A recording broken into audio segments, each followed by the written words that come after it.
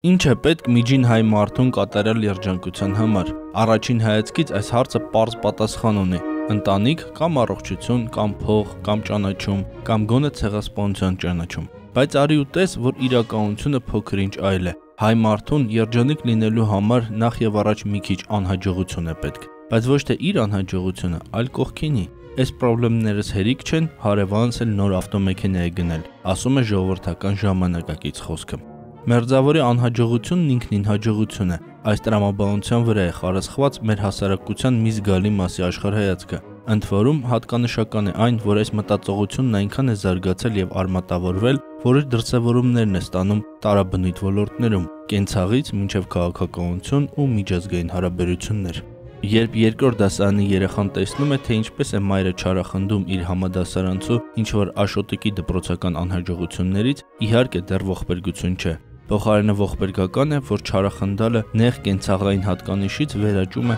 այսպես ասած, քաղաքական կատեգորիայի։ Մի կողմից իշխանամետ որոշ ուժեր չարախնդում են, թե ինչպես է փոշիանում ընդդիմության վարկանիշը, մյուս կողմից բազմաթիվ ընդդիմադիր գործիչներ չարախնդում են իշխանության ձախողումներից, նույնիսկ եթե դրանք վերաբերում են երկրի համար ամենաճակատագրական հարցերին։ Չարախնդումը սահմանափակումներ չունի։ Մամուլում ու սոցիալական ցանցերում կարելի է տեսնել դժբախտությունների ու ողբերգությունների վերաբերյալ չարախնդումներ, կարելի է չարախնդալ հրդեհը, չարաբաստիկ փուչիկների պայթյունը, հանկարծամահ լինելը։ Ընդ որում հայ իրականության մեջ գործում է չարախնդման պահպանման եւ աճի մի օրենք, որով երեխաները դպրոցական տարիներից չարախնդում են իրար, հետո չարախնդում են իրենց հարևաններին, հետո իրենց խնամիներին, ապա մասշտաբները մեծանում են եւ սկսվում է հասարակական քաղաքական գործիչների չարախնդումը, անմիջական կամ հեռու հարևան պետությունների չարախնդումը։ Հայկական չարախնդման են ենթարկվում ոչ միայն նյութական առարկաներն ու մարդիկ, այլև նույնիսկ վերացական գաղափարները,